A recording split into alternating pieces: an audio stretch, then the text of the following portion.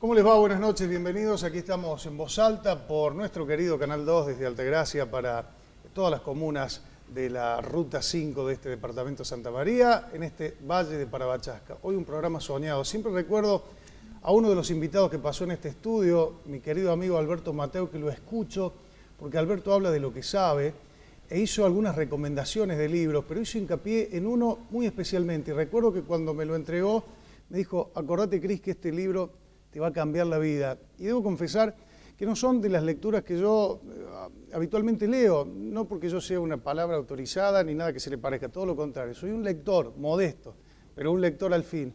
Y cuando tomé confianza total y empecé a recorrer sus primeras páginas, primero me encontré con un libro optimista, un libro que ayuda, un libro que nos abre la cabeza y que nos enfrenta con situaciones diarias a poder resolverlas. Y créanme que yo lo hice en circunstancias de mi vida, de trabajo, cotidiana, de todos los días que me preocupaban, y eliminé esa preocupación.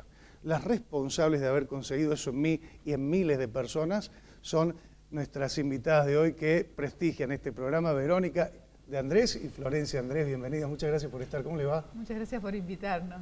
No, la verdad que es un gusto, bienvenidas a Altagracia. Gracias. Es un placer. Primero preguntarles, voy a preguntar acá, no sé por qué. ¿Altagracia? ¿Conocías Altagracia, Verónica? Sí, conocía. Hace 4 años vine aquí con mi marido y nos fascinamos con este lugar que tiene tanta historia, tanta tradición, tantos rinconcitos. Bueno, recorrer las calles y ver que de pronto había lugares donde había vivido el Che o Manuel de Falla o la iglesia esa que tienen, que es un patrimonio de la humanidad, ¿no? Me pareció que es un lugar verdaderamente privilegiado. Florencia, ¿Córdoba qué es para vos? Para mí era, porque hoy es, pero era el lugar de toda la Argentina donde más quería venir a hablar de confianza total. Hablabas de Alberto Mateu, que también para nosotros es un gran amigo. Realmente hizo que el fenómeno confianza total en Córdoba fuera algo tan especial. Y todos los días recibimos el cariño de la gente que nos decía, ¿cuándo vienen a Córdoba? ¿Cuándo vienen a Córdoba? Así que Córdoba para mí era la gran expectativa, la gran ilusión y hoy una realidad. Así que feliz. Bueno, vamos a presentar para las personas que no las conozcan, madre e hija, ¿es así, Verónica? Sí. Florencia es mi hija mayor. ¿Y cómo es esto de trabajar con la hija? Y para mí es un privilegio. En algún punto yo podría decir que es algo soñado y al mismo tiempo no esperado, porque Florencia hizo su propio camino, hizo sus carreras universitarias, hizo mucho trabajo previo y un día de pronto decidió embarcarse en este camino y juntas empezamos a soñar con trabajar juntas para escribir este libro. En realidad, durante muchos años yo había dado conferencias en 5 continentes, trabajando con temas relacionados con autoestima, con educación y demás. Y durante mucho tiempo, cuando terminaba los seminarios, me preguntaban, ¿y el libro dónde está? Y yo te confieso que a mí me daba miedo escribir un libro, porque me parecía una responsabilidad muy grande. Creo que de alguna manera, cuando empezamos a soñar con Florencia, que empezamos a compartir cátedra universitaria, trabajamos juntas en la universidad, yo siempre digo, la mirada joven hace que uno llegue mucho más lejos.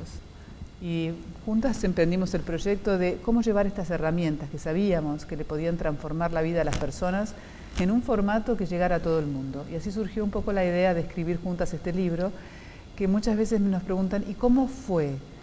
Y la metáfora que usamos es que fue como tocar el piano a 4 manos. Literalmente fue eso. Porque además lo componíamos escuchando Mozart. Entonces de verdad sentíamos que estábamos componiendo una sinfonía. Verónica, ¿qué título universitario tenés? ¿Qué dabas en la facultad? Damos en la maestría de coaching organizacional, que es una carrera para las personas que se han graduado de una carrera universitaria de 5 años.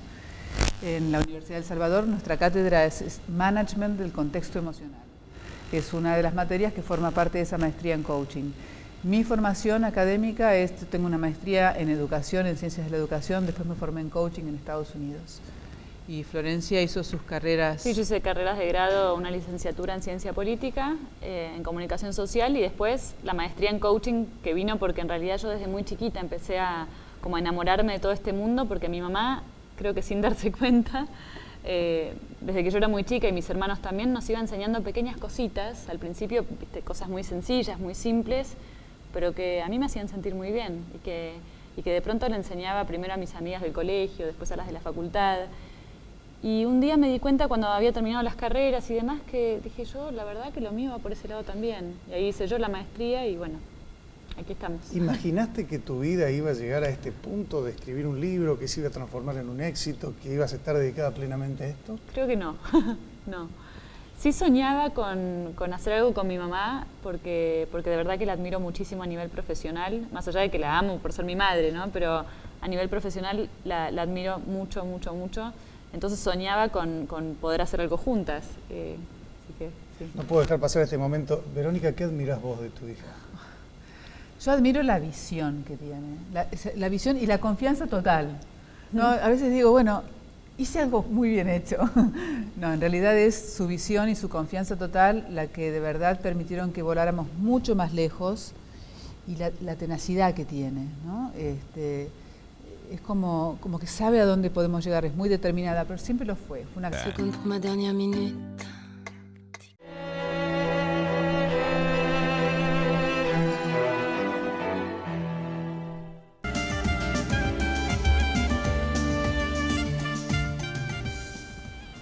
Aquí estamos en la noche en Voz Alta. Estoy conversando con Florencia, con Verónica.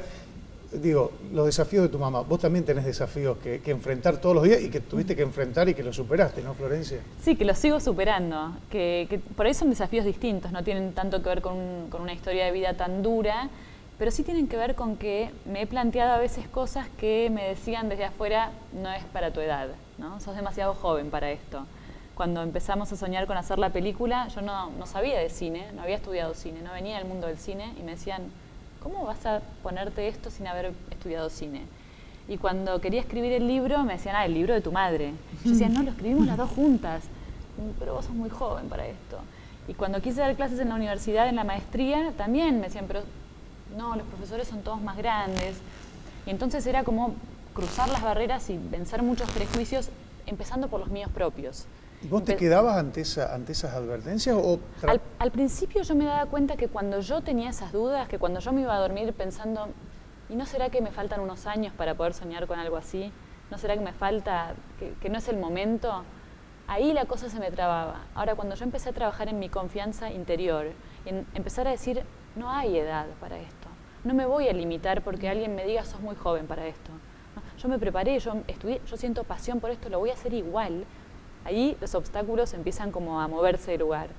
Y a mí me parece que es un mensaje que vale porque los seres humanos nos ponemos muchas veces las limitaciones nosotros mismos. Y nosotros mismos nos decimos, no tengo suficiente tiempo, no tengo suficiente plata, no tengo suficiente suerte, ¿no? Y cuando nosotros nos lo decimos, el mundo te lo confirma. Ahora, cuando vos te empezás a convencer de lo contrario, el mundo también empieza a convencerse de que no todo parecía tan así. Te pregunté, algo me dijiste, pero te pregunté en el bloque anterior, ¿qué hacemos ante la adversidad, un problema cotidiano, una circunstancia que no teníamos prevista? ¿Cómo nos paramos? ¿Qué es lo primero que tenemos que En coaching hacer? En coaching damos una fórmula que se llama la fórmula de la responsabilidad, ¿no?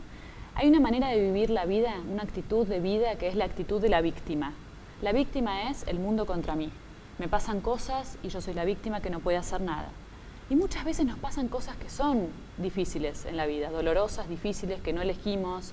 No sé, nos echan del trabajo, mi pareja me deja, nos pasan cosas duras.